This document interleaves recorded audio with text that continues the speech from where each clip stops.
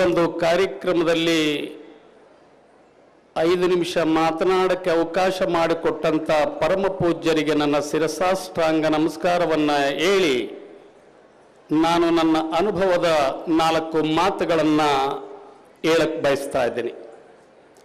ಇವತ್ತಿನ ವಿಚಾರ ಆರೋಗ್ಯ ಮತ್ತು ಸಮಾಜ. ಬಹುತೇಕ ವೇದಿಕೆಯಲ್ಲಿ ಇದುವರೆಗೆ ಮಾತನಾಡಿದಂಥವರು ಮತ್ತು ಮಾತನಾಡಬೇಕಾದಂಥವರು ಡಾಕ್ಟ್ರೇ ಹೆಚ್ಚಾಗಿದ್ದಾರೆ. ಹಾಗಾಗಿ ಆ ಒಂದು ವೈದ್ಯಕೀಯ ಸಂಬಂಧಕ್ಕೆ ಪಟ್ಟ ಹಾಗೆ ನಾನು ಮಾತನಾಡಿದರೆ ಸಮಂಜಸ ಆಗಲಾರದು. ಹಾಗಾಗಿ ನಾನು ನನ್ನ ಜೀವನದ ಸತ್ಯಕತೆ ಮತ್ತು ಪರಮ ಪೂಜ್ಯರ ಅನುಗ್ರಹ ನನ್ನ ಮೇಲೆ ಯಾಗಿತ್ತು ಅನ್ನಂಥ ಸಾಮಾಜಿಕವಾಗಿರ್ತಕ್ಕಂಥ ಒಂದು 4 ಮಾತುಗಳನ್ನು ಆಡಕ್ಕೆ ಬಯಸ್ತಾ ಇದ್ದೇನೆ. ಶರಣ ಬಂಧುಗಳೇ, ನಾನು ಜಗಳೂರಿನಲ್ಲಿ ಕಟ್ಟ ಕಡೆ ಒಂದು ಸಮಾಜದ ಒಂದು ಬಡತನದ ಸಮಾಜದಲ್ಲಿ ಹುಟ್ಟಿ ಬೆಳೆದಂಥವನು. ನಾನು ಅಲ್ಪ ಸ್ವಲ್ಪ ಶಿಕ್ಷಣವನ್ನು ಪಡೆದು ಶ್ರೀಮಠದ ಭಕ್ತರ ಒಬ್ಬರ ಬಂದು ಕಾಲೇಜಿನಲ್ಲಿ ಜವಾನನಾಗಿ ನಾನು ಕೆಲಸವನ್ನು ಮಾಡೋದು ನನ್ನ ಕೆಲಸ ಆಗಿತ್ತು. ಇಂಥ ಸಂದರ್ಭದಲ್ಲಿ ಪರಮ ಪೂಜ್ಯರ ಶ್ರೀಮಠದ ಪರಮ ಭಕ್ತರಾದಂಥ ನಮ್ಮ ಸಂಸ್ಥೆಯ ಸಂಸ್ಥಾಪಕರಿಗೆ ನಾನು ಪರಿಚಾರಕನಾಗಿ ಕೆಲಸ ಮಾಡೋದು ನನ್ನ ಕಾಯಕ ಆಗಿತ್ತು. ಅಂಥ ಸಂದರ್ಭದಲ್ಲಿ ಒಂದು ಮಾತನ್ನು ಹೇಳ್ತಾರೆ, ಎತ್ತಾಗಿ ತೊತ್ತಾಗಿ ಇತ್ತಲದ ಗಿಡವಾಗಿ ಮತ್ತೆ ಪಾದದ ಕೆರವಾಗಿ ಗುರುವಿನ ಬಳಿ ಇರಂದ ಸರ್ವಜ್ಞ, ಗುರುವಿನ ಗುಲಾಮನಾಗುವ ತನಕ ದೊರೆಯ ದಣ್ಣ ಮುಕುತಿ ಅನ್ನಂಥ ಒಂದು ಸರ್ವಜ್ಞನ ವಚನವನ್ನು ನಾವೆಲ್ಲ ಕೇಳಿದ್ದೀವಿ. ಆದರೆ ಈ ರೀತಿ ಗುರುವಿನ ಬಳಿ ಇದ್ದರಿಗೆ ಯಾರಿಗಾದರೂ ಮುಕ್ತಿ ಸಿಕ್ಕಿದೆಯಾ ಅಂತ ಕೇಳಿದರೆ ಸಿಕ್ಕಿದೆ ಅನ್ನಂಥದ್ದು ಈ ವೇದಿಕೆಯಲ್ಲಿ ಘಂಟಾಘೋಷವಾಗಿ ನಾನು ಹೇಳಕ್ಕೆ ಬಯಸ್ತಾ ಇದ್ದೀನಿ. ಏನು ಸಿಕ್ಕಿದೆ ಅಂತ ಹೇಳಿದರೆ ಇನ್ನು ನಾನು ಹೇಳಿಲ್ಲ, ಆಗಲಿ ನೀವು ಚಪ್ಪಾಳೆ ಹೊಡೆಯಕ್ಕೆ ಶುರು ಮಾಡಿದಿರಿ. 33 ವರ್ಷಗಳ ಕಾಲ ನಳಂದ PU ಕಾಲೇಜಿನಲ್ಲಿ ಜವಾನನಾಗಿ ಕೆಲಸ ಮಾಡೋ ನಾನು 1992ರಲ್ಲಿ ಜಗಳೂರಿನಲ್ಲಿ ಇಂಥದೇ ಒಂದು ತಳುಬಾಳು ಹುಣ್ಣಿಮೆ ನಡೀತಾ ಇದೆ. ಆ ತಳುಬಾಳು ಹುಣ್ಣಿಮೆ 1 ತಿಂಗಳು ಮಂಟಪವನ್ನು ಕಟ್ಟೋದ್ರಿಂದ ಹಿಡಿದು 9 ದಿನಗಳ ಕಾಲ ತಳುಬಾಳು ಹುಣ್ಣಿಮೆ ಕೆಲಸದಲ್ಲಿ ಪರಿಚಾರಕನಾಗಿ ಕೆಲಸವನ್ನು ಮಾಡಿ ನಂತರ 1 ತಿಂಗಳ ಕಾಲ ಆ ಮಂಟಪವನ್ನು ಬಿಚ್ಚಿ ಪರಮ ಪೂಜ್ಯರನ್ನು ಬರಮಾಡಿಕೊಂಡು ಪರಮ ಪೂಜ್ಯರನ್ನು ಶ್ರೀಮಠಕ್ಕೆ ಕಳಿಸೋವರಿಗೆ ನಾನು ಎಲ್ಲೋ ಎಲೆಮರಿಯ ಕಾಯಿಯಾಗಿ ಕೆಲಸ ಮಾಡ್ತಾ ಇದ್ದೆ.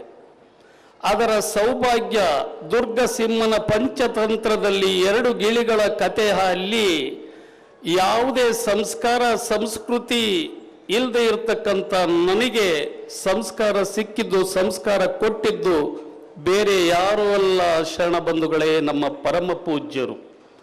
ಅವರ ಪರಮ ಪೂಜ್ಯರ ಒಂದು ಅನುಗ್ರಹದಿಂದ ನನಗೆ 2 ಮಕ್ಕಳು, ಒಬ್ಬರು ವಿಜಯ್ ಕುಮಾರ್, ಒಬ್ಬ ಕೀರ್ತಿ ಕುಮಾರ್. ಮುಂದೆ ಉತ್ತಮವಾಗಿರ್ತಕ್ಕಂಥ ಶಿಕ್ಷಣವನ್ನು ಪಡೆದ ನನ್ನ ಮಕ್ಕಳು, ಅದರಲ್ಲಿ ವಿಜಯ್ ಕುಮಾರ್ ಅಂತಕ್ಕಂಥವನು ಡಾಕ್ಟರ್ ಆಗಿ 2014ರಲ್ಲಿ ಈ ದೇಶ ಏನು IAS ಪರೀಕ್ಷೆ ಇದೆಯೋ ಆ ಪರೀಕ್ಷೆಯಲ್ಲಿ ಮೊದಲ ಬಾರಿಗೆ ಉತ್ತೀರ್ಣನಾಗಿ ವಚನ ಸಾಹಿತ್ಯವನ್ನು ಪಡೆದು ಇವತ್ತು ಜಾಯಿಂಟ್ ಕಮಿಷನರ್ ಆಗಿ ಕೆಲಸ ಮಾಡ್ತದನೆ. ಆ ಭಾಗ್ಯ ಕಳಿಸಿದ್ದು ಬೇರೆ ಯಾರು ಅಲ್ಲ, ನಮ್ಮ ಪರಮ ಪೂಜ್ಯ ಶ್ರೀಮಠ ಅನ್ನಂಥದ್ದು ನಾನು ಹೇಳಕ್ ಬಯಸ್ತಾ ಇದ್ದೀನಿ. ಅಷ್ಟೇ ಸಾಲದು, ಎಲ್ಲೋ ಒಂದು ಕಡೆ ಹೊಟ್ಟೆಪಾಡಿಗೆ ಕಸವನ್ನು ಗಂಟೆಯನ್ನು ಒಡ್ಕೊಂಡಿದ್ದಂಥ ನಾನು ಪರಮ ಪೂಜ್ಯರ ಅನುಗ್ರಹದಿಂದ ಇವತ್ತು 224 ಕ್ಷೇತ್ರದಲ್ಲಿ ಜಗಳೂರು ವಿಧಾನಸಭಾ ಕ್ಷೇತ್ರದಿಂದ ಇವತ್ತು ಶಾಸಕನಾಗಿ ಆಯ್ಕೆಯಾಗಿ ಇವತ್ತು ಶಾಸಕಾಂಗದಲ್ಲಿ ಕೆಲಸ ಮಾಡ್ತಿದ್ದೀನಿ ಅನ್ನಂತಂದ್ರೆ ಇದೇ ಜನರಿಂದ ಜನರಿಗಾಗಿ ಜನರಿಗೋಸ್ಕರ ಏನು ಇದು ಈ ಡೆಮೋಕ್ರಸಿ ಸೆಟಪ್ನಲ್ಲಿ ನಾನು ಇಲ್ಲಿಗೆ ಬಂದು ನಿಂತಿದ್ದೀನಿ. ಅಂದಿನಿಂದ ಇಂದಿನವರೆಗೆ ನಾನು ಪರಮ ಪೂಜ್ಯರ ಏನು ಎತ್ತಾಗಿ ತೊತ್ತಾಗಿ ಇತ್ತಲದ ಗಿಡವಾಗಿ ಮತ್ತೆ ಪಾದದ ಕೆರವಾಗಿ ಗುರುವಿನ ಬಳಿರಂದ ಸರ್ವಜ್ಞ ಗುರುವಿನ ಗುಲಾಮನಾಗುವ ತನಕ ದೊರೆಯದಣ್ಣ ಮುಕುತಿ. ಹಾಗಾಗಿ ಈಗೊಡಿರಿ ಸಾಹೇಬ್ರೇ, ನನಗೆ ಮುಕ್ತಿ ಸಿಕ್ಕಿದೆ. ಹಾಗಾಗಿ ಓದೋದ್ ಕಡೆ ಇವತ್ತು ಸರ್ಕಾರಗಳು ಶಿಕ್ಷಣವನ್ನು ಕೊಡ್ತವೆ, ಶ್ರೀಮಠಗಳು ಸಂಸ್ಕಾರವನ್ನು ಕೊಡ್ತವೆ. ಸಂಸ್ಕಾರ ಇಲ್ಲದ ಶಿಕ್ಷಣ, ಸಂಸ್ಕಾರ ಇಲ್ಲದ ಶಿಕ್ಷಣ ಬಲಪೆ ಇಲ್ಲದ ಕಂಬಗಳು. ಯಾವ ಉದ್ದೇಶಕ್ಕೋಸ್ಕರ ದೊಡ್ಡ ದೊಡ್ಡ ಕಂಬಗಳನ್ನು ನಾವು ಹಾಕ್ತೀವಿ, ಆದರೆ ಸಣ್ಣದೊಂದು ಬಲ್ಪ್ ಇಲ್ಲದಿದ್ರೆ ಅಲ್ಲಿ ಬೆಳಕು ಮೂಡೋದಿಲ್ಲ. ಹಾಗಾಗಿ ಶಿಕ್ಷಣದ ಜೊತೆಗೆ ಸಂಸ್ಕಾರ ಅನ್ನೋದು ಬೇಕೇ ಬೇಕು. ಆ ಸಂಸ್ಕಾರ ಕೊಡದೆ ಇಂಥ ತಳುಬಾಳು ಹುಣ್ಣಿಮೆಯ ಒಂದು ಮಾದಾಸೆ ಆಗಿರ್ತದೆ, ಸದುದ್ದೇಶ ಆಗಿರ್ತದೆ ಅನ್ನೋದು ನನ್ನ ಭಾವನೆ. ಹಾಗಾಗಿ ನಾನು ತಾಯಿಯಂದರಿಗೆ ವಿನಮ್ರವಾಗಿ ನಾನು ನಿಮ್ಮಲ್ಲಿ ವಿನಂತಿಸ್ಕೊಳ್ತಾ ಇದ್ದೀನಿ. ಯಾಕಂತ ಹೇಳಿದ್ರೆ ಜನನೀ ಜನ್ಮಭೂಮಿಚ್ಚ ಸ್ವರ್ಗಾದಪಿ ಗರಿಯಸಿ ಅನ್ನೋ ರೀತಿಯಲ್ಲಿ ಜನ್ಮ ಕೊಟ್ಟ ತಾಯಿ ಮತ್ತು ಜನ್ಮ ಕೊಟ್ಟ ಭೂಮಿ ಸ್ವರ್ಗಕ್ಕಿಂತ ಮಿಗಿಲಾದದ್ದು ಅನ್ನೋದನ್ನು ನಾವು ಕೇಳ್ಪಟ್ಟಿದ್ವಿ. ಆದರೆ ಮಕ್ಕಳಿಗೆ ಜನ್ಮ ಕೊಡದೆ ಮುಖ್ಯ ಅಲ್ಲ, ನನ್ನ ಮಗು ಏನು ಮಾಡ್ತಾನೆ ಅನ್ನಂಥದನ್ನ ನಾವು ಜನ್ಮ ಕೊಟ್ಟ ತಂದೆ ತಾಯಿಗಳಾದವರು ಅವರನ್ನ ಗಮನಿಸ್ತಾ ಇದ್ರೆ ಮುಂದೆ ಆ ಮಗ ತಂದೆ ತಾಯಿಯ ಕಣ್ಣೀರನ್ನು ಒರೆಸೋ ಮಗ ಆಗಲ್ಲ, ಕಣ್ಣೀರನ್ನ ತರಿಸೋ ಮಗ ಆಗ್ತಾನೆ ಅನ್ನೋದು ನೀವು ಯಾರುಗಳು ಮರಿಬಾರ್ದು.